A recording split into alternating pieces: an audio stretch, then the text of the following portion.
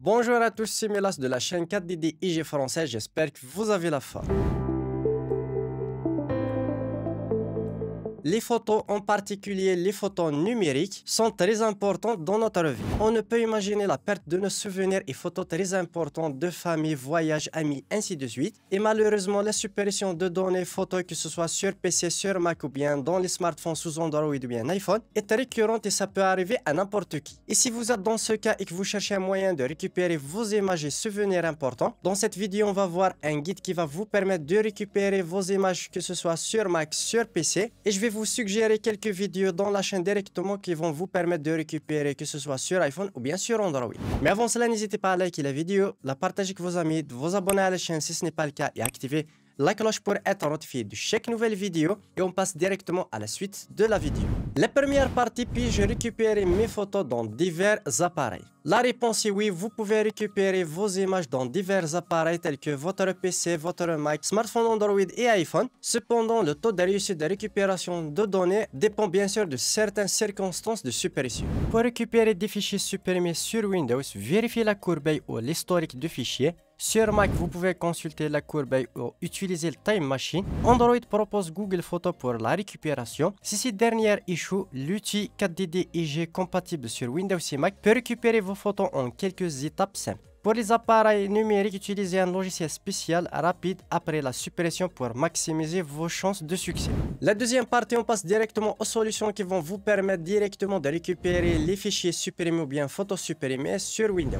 Et la première solution, c'est d'utiliser un outil professionnel qui va vous permettre de faire la récupération. Il existe bien sûr divers logiciels, mais je vous propose l'un des meilleurs logiciels de récupération de données qui est TenorShare 4DD IG Data Recover. C'est un outil puissant, simple, intuitif, très facile à utiliser. En quelques clics, vous pouvez récupérer plus de 1000 types de fichiers directement sur votre PC. Photos, vidéos, documents, fichiers, emails, ainsi de suite. L'utilisation est hyper intuitive. Je vous mets un lien directement dans la description pour en savoir plus, voir les tarifs et télécharger le logiciel. Et je vous montre tout ça directement sur mon PC. Dans la description, cliquez sur le lien tout simplement, vous serez redirigé sur cette page, vous aurez toutes les informations du logiciel. Il suffit de télécharger le logiciel tout simplement, ou bien tout simplement d'acheter directement une licence. Après le téléchargement, installer le logiciel tout simplement. Voilà, voici l'interface du logiciel TenorShare 4DD IG, elle est assez simple, intuitive. Ici, on a tous les disques durs et périphériques externes, que ce soit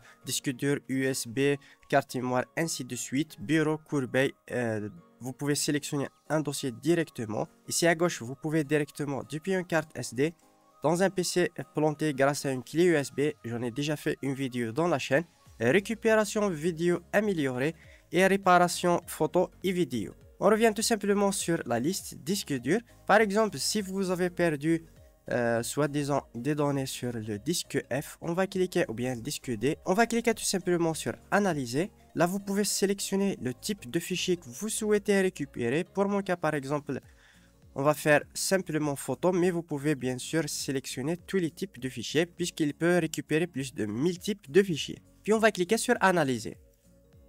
Tout simplement, il va commencer l'analyse, c'est assez rapide.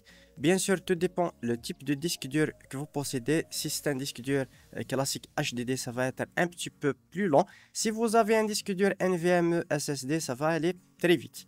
On va patienter un petit peu, mais bien sûr à tout moment, vous pouvez arrêter le scan. Vous cliquez tout simplement sur arrêter, arrêter. Et là, l'analyse est terminée. Là, on peut directement sélectionner par dossier juste ici. Ou bien, le mieux, c'est de faire en cliquant sur type. Là, il va trier tous les fichiers, photos, vidéos, ainsi de suite. Là, puisqu'on a récupéré juste les photos, on a un dossier photo. On clique dessus. Et là, on a tous les formats photos récupérés. ARW, PMP, CR3, par exemple ici, les formats les plus courants JPEG, PNG, RAW.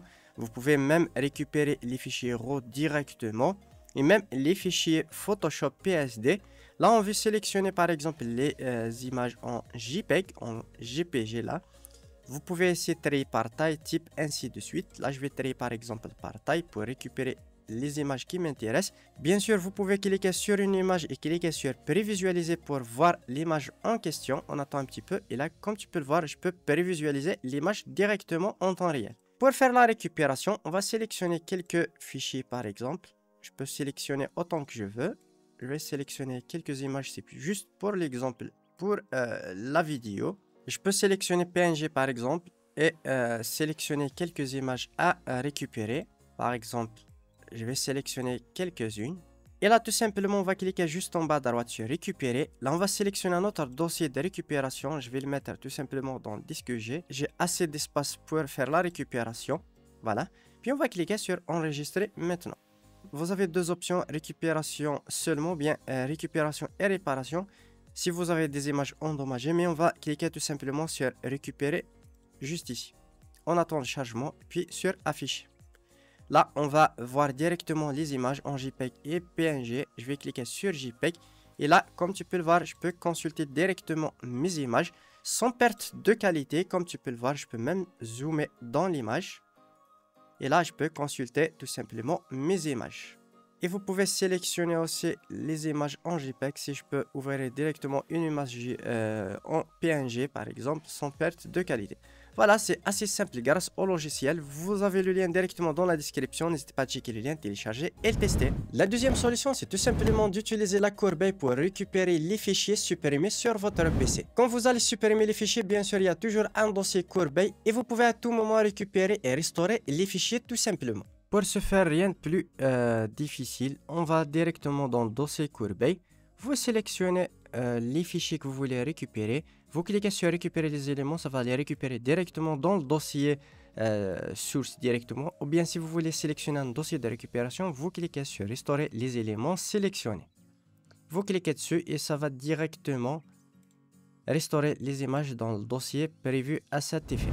Troisièmement, vous pouvez utiliser une sauvegarde qui va vous permettre de restaurer tout simplement les fichiers supprimés même si vous avez vidé la corbeille. Tout d'abord, pour que cette méthode marche avec votre cas, vous devriez faire une sauvegarde au préalable. C'est l'intérêt de faire à chaque fois une sauvegarde. Pour mon cas, je ne l'ai pas fait pour le moment. Pour ce faire sur Windows 11 directement dans paramètres ou bien sur Windows 10 sur panneau de configuration, c'est la même chose.